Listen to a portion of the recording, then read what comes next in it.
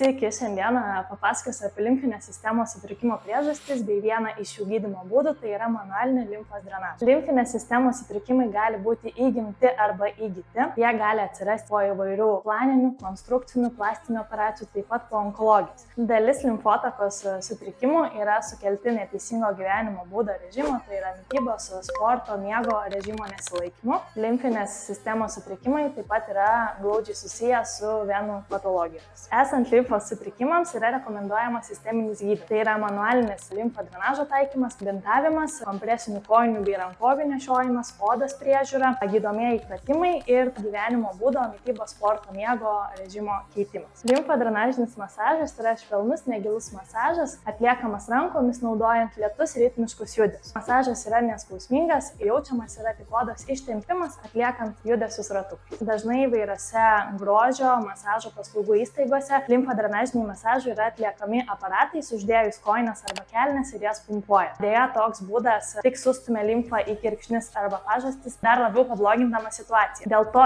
ypatingai po operacijų gydytojai griežtai rekomenduoja limfo drenažinį masažą atlikti tik pas kineziterapeutą, kuris atliktų masažą tik tai ranką. Jeigu esate po plastinės ar kažkokios kitokios operacijos arba įtarėte, jog galite turėti problemų su limfa, atvykite konsultacijai ir padėsime išspręsti jūsų problemą.